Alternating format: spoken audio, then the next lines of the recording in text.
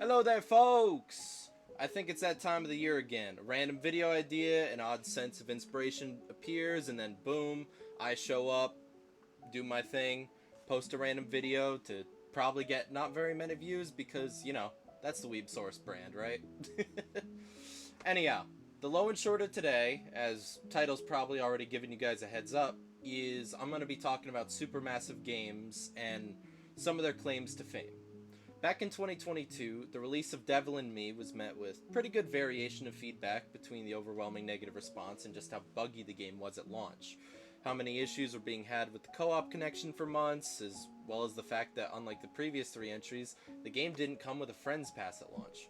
To say a large portion of people were, and to a degree, still are, let down by the display put on by Supermassive with this title, is an understatement. Especially when considering the almost universal success of the 3rd installment in the series, House of Ashes. Between its more action-packed and oriented gameplay, as well as the characters and their dynamics amongst each other being more interesting comparative to the final and previous titles, it's roughly the closest we've been to finding that sweet spot that Until Dawn hit all the way back in 2014. And yes, crazy as it sounds, Until Dawn was released on PS4 all the way fucking back then. Luck would have it we're expecting further news on both a re-release for PC in the future, as well as a movie adaptation of the game. All things considered, as long as the 5th entry of Dark Pictures anthology Directive 8020 doesn't flop on release, and if it even will release, considering we've been wholly in the dark on it since its real trailer, things are looking pretty exciting when it comes to Supermassive and their entourage of titles. We can only hope for news and maybe even some fun crossover material with other franchises if they're met with commercial success.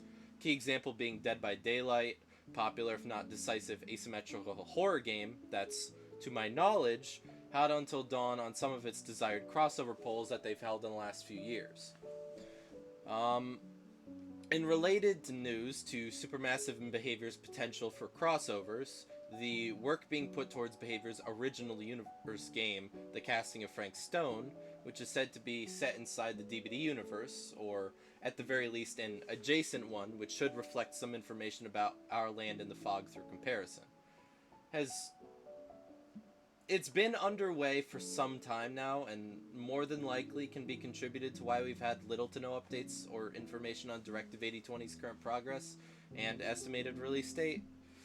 With Supermassive's IPs not only on the potential incline with all their current projects and the connections they are seemingly forming with different sections of the entertainment industry, it's certainly an interesting thought to think of where they might try to expand into if their efforts prove fruitful. We can honestly only hope that that big string of layoffs that happened a couple months ago really isn't one of the main key things into the delays and such that we're assuming are happening. It's a blind hope at this point. We still haven't gotten any notes on it from Supermassive themselves, or if there have been any major difficulties as a result, to my knowledge. But as a fan of a majority of their games, at least the ones with a modicum of quality put into them, all we really can do is sit patiently and hope they give us something appetizing once they step out of the kitchen with this one. A little notice to Supermassive and all the employees there putting in your efforts and stuff despite the layoffs. Keep up the good work. Remember that at the end of the day, y'all are making games for the sake of bringing happiness, enjoyment, entertainment, etc.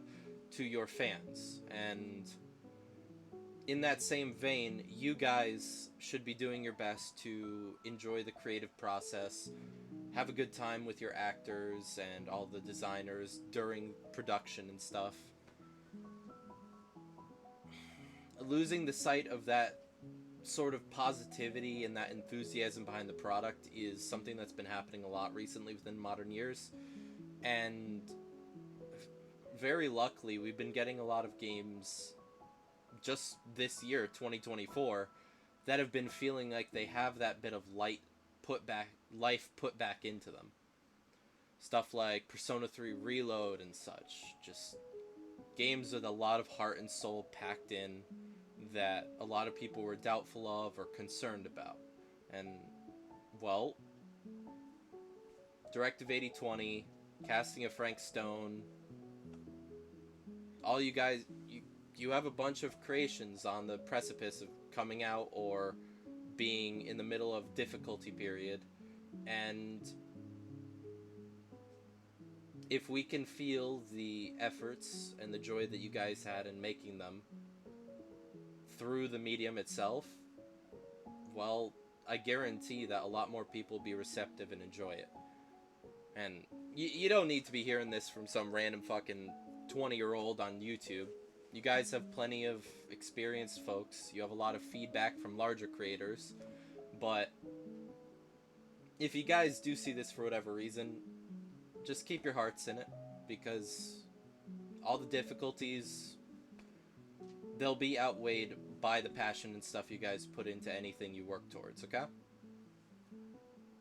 Now then, this has been Weebsaurus, or Nate, checking in for the first time in over 2 years, just for a little update on stuff, because I guess that's how we roll here.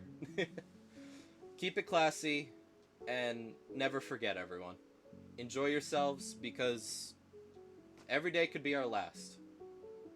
There's no point in being all moody and depressive when we could be enjoying our time with whatever we're putting our effort into. Have a good one.